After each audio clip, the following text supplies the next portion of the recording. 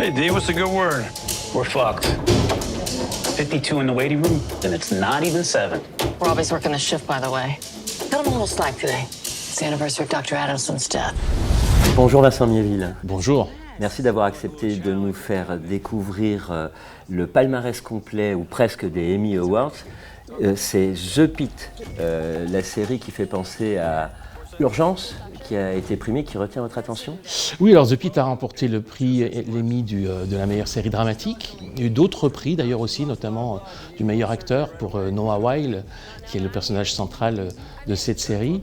The Pitt, c'est une série qui se passe dans le service d'urgence d'un hôpital à Pittsburgh, aux États-Unis.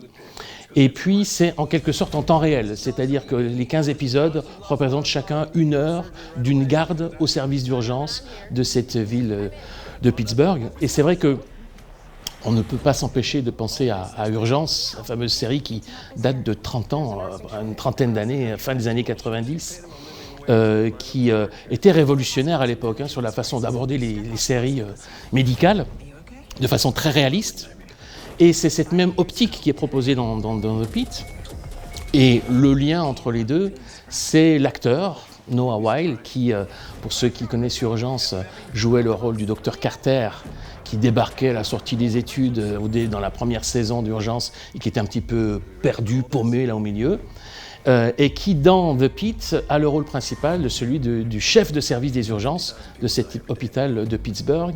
Et c'est un personnage d'un médecin urgentiste avec beaucoup d'expérience, beaucoup d'empathie, mais aussi ses zones d'ombre et ses traumatismes. 150,000 people die every day in the world.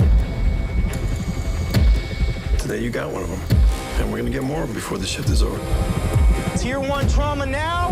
More of morphine. I'm gonna stop the bleeding. You learn to accept it, find balance. You found balance? Alors il y a un côté Nurse Jackie, pour ceux qui connaissent, c'est une série sur une infirmière un peu droguée. C'est-à-dire que dans The Pitt, rien ne va dans cet hôpital, y compris le problème de drogue chez les médecins. C'est-à-dire que c'est un des éléments qui est évoqué. C'est-à-dire que ce qui est intéressant, avec l'approche qui se veut être réaliste, c'est de ne pas présenter d'un côté les urgentistes, les médecins, les infirmières comme des super-héros qui sont comme ça en dehors de la réalité, mais qui ont aussi leurs failles, leurs difficultés, et face à la pression en particulier, même parfois se laissent tenter par certains moyens pour essayer de certaines substances,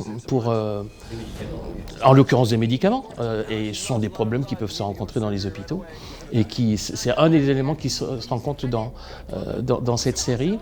Et en fait, il y a vraiment beaucoup de monde, parce qu'il y a les médecins, il y a les internes qui débarquent, il y a les infirmières, il y a le personnel administratif, paramédical qui est présent. Et beaucoup de personnages sont vraiment développés, on a le temps de s'attacher à eux, de finalement avoir une petite larme à l'œil à la fin de la série parce qu'on a envie de rester avec eux. Il y aura une saison 2, donc c'est très bien, on pourra repartir dans cet hôpital. Et les personnages sont présentés de façon très humaine, avec leurs forces, leurs faiblesses, leurs qualités et aussi leurs traumatismes. Et il y a beaucoup de choses, par exemple, alors c'est vrai qu'il y a la question des substances de drogue pour le médecin, mais aussi qui peuvent se rencontrer sur les patients qui arrivent. Il y a le fantôme de l'épisode du Covid, et qui a énormément impacté évidemment les hôpitaux et les services d'urgence. Et il y a un traumatisme qui est lié à cette période-là, qui est lié au personnage principal de la série, par exemple. Et puis il y a toute la misère du monde qui débarquent dans les urgences. C'est le cas, c'est ce qui se rencontre dans les urgences. On a toutes les détresses que les gens aujourd'hui peuvent rencontrer dans le monde, avec toutes les questions éthiques, sociétales qui peuvent être posées par ce biais-là. Qu'est-ce qui vous a le plus touché dans cette série The Pitt? Alors, c'est le mélange entre la dimension haletante, parce que évidemment, on imagine que c'est pas du tout une nuit paisible qui va se passer. Il va se passer énormément de choses. Et donc, ça s'enchaîne sans cesse. Et comme c'est sur l'ensemble du service, eh bien, tous les médecins sont impliqués. Et puis, il y a différents malades qui arrivent, différents cas qui se croisent, qui se mélangent. Donc, on n'a pas le temps de respirer. C'est très dense, c'est très intense, c'est haletant. C'est pas vraiment une série à binge-watcher, comme on dit. On va enchaîner tous les épisodes les uns après les autres. Sauf qu'on a besoin de souffler après un épisode parce qu'il se passe énormément de choses. Et puis, il y a parfois une charge émotionnelle extrêmement forte. Il y a quelques épisodes très forts émotionnellement à cause des cas qui sont rencontrés. Parce qu'évidemment, on meurt aussi aux urgences. Et il y a la question de la mort et de la maladie qui est au centre de cette série.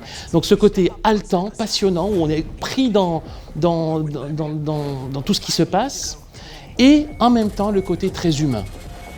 À la fois, un regard, je pense, plein d'empathie sur le personnel soignant, sur les patients qui peuvent arriver et les circonstances qui peuvent les conduire à se retrouver aux urgences. Et c'est le mélange entre ce côté haletant, qui fait que c'est une série passionnante à regarder, et très humain, dans laquelle on peut se projeter d'une manière ou d'une autre. Ça vous a parlé en tant que pasteur ? Ah oui, ça m'a parlé en tant que pasteur. Parce que justement, il y a dans les cas qui sont évoqués, les différents patients qui arrivent, ce besoin d'aller au-delà simplement de l'acte médical, mais d'être dans l'écoute, dans l'empathie, dans l'accompagnement des personnes, face aux questions qui se posent, face aux difficultés rencontrées, face aux épreuves qu'ils traversent. Et c'est évidemment le souci qu'on peut rencontrer dans une dimension, dans un aspect d'accompagnement pastoral.